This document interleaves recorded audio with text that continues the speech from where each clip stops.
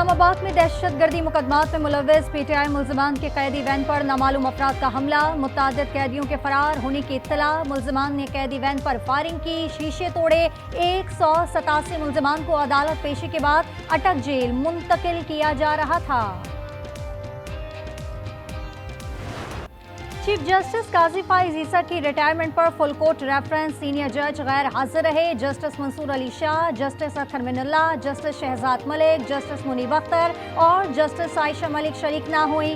Chief justice काजी फाइज ईसा ने खिताब में कहा, एक कागज एक पार्टी के लिए फायदा दूसरे के खिलाफ होता है। हम कानून और कागजों पर चलते हैं, सच क्या है ये ऊपर वाला जानता है। हो सकता है हमसे भी कुछ फैसले गलत हुए हों।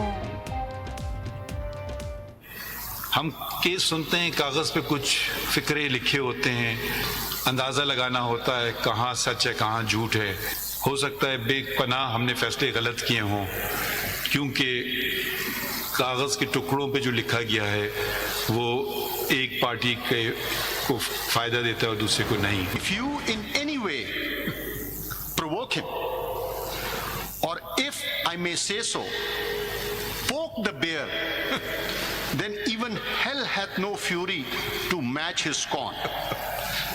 जैसे मेरे दोस्त या अफरीदी ने साहब ने कहा कि भालू कहेंगे या रीछ कहेंगे या सब बेर कहते हैं खतरनाक रीछ है, रीछ के साथ गुजारा किया। चीफ जस्टिस काजी फाइज ईसा की कमी महसूस करेंगे, उनको बेहतरीन और नरम मिजाज इंसान पाया। नए चीफ जस्टिस याह्या अफरीदी ने चीफ जस्टिस काजी फाइज ईसा को रीच कहकर मुखातिब किया।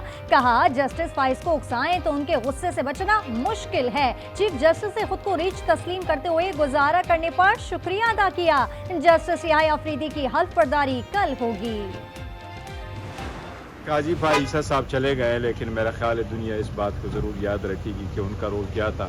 उसके आने के बाद हम ये तवक्को कर रहे थे कि वो सुप्रीम कोर्ट में डिवाइड ख़त्म करेगा, उनको यूनाइट करेगा, वो अपने ज़ाती इनाद और अन्ना से बालातर होकर के सोचेगा और इस इंस्टीट्यूशन को बेहतर करेगा। जजेस आज़ाद होंगे तो इंसाफ मुमकिन होगा, मसाइल कम होंगे तो आवाम का पार्लियामेंट पर एतमाद बढ़ेगा। बैरिस्टर गौहर कहते हैं, पहली मर्तबा अदालत के अंदर एक और अदालत कायम की गई। जिन 5 अरकान ने वोट दिए उन्हें पार्टी से निकाल देंगे। हुकूमत का supreme court practice and procedure act में तरमीम लाने का फैसला। कौमी असम्बली में मंगल को तरमीम निजी कानून साजी के जरिए लाई जाएगी। हुकूमती अरकान को असम्बली इजलास में हाजिरी यकीनी बनाने की हिदायत।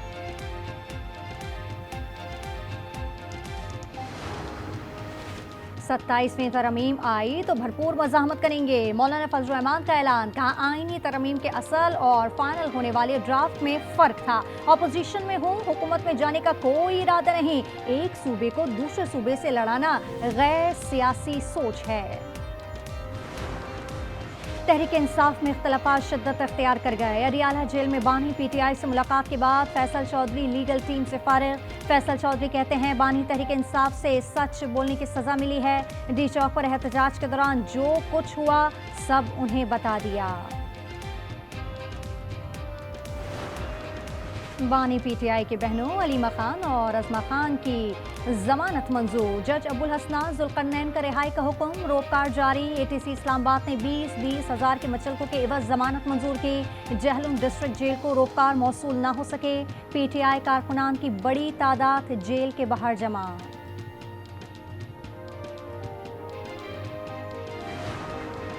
बानी पीटीआई की बहनों की जमानत हो गई, मेरा दावा और वादा पूरा हुआ। फैसल वापदा का एक्स पर पैगाम, लिखा बिकाओ पीटीआई लीडरशिप अपने लीडर की बहनों को पूछने भी नहीं गई।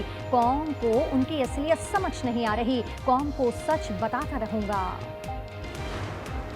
बानी पीटीआई के लिए आलमी सतह पर मुहिम चलाई जा रही है। इसराइली हुकूमत और लॉबिंग फर्म्स पीटीआई की हिमायत कर रही है। गैर मुल्की मीडिया उनको सपोर्ट कर रहा है। शर्जील इनाम मेमन कहते हैं, बानी पीटीआई को लॉन्च किया गया, वो इक़्तिदार से बाहर होने के बाद इनकलाबी बन जाते हैं। डीआई खान में खारिज दहशतगर्दों का एफसी चेक पोस्ट पर हमला। एफसी के 10 जवान शहीद, 3 जख्मी। शहीद जवानों के खारिजी दहशतगर्दों का हमला नाकाम बनाया। तरंदाजा के इलाके में हमला।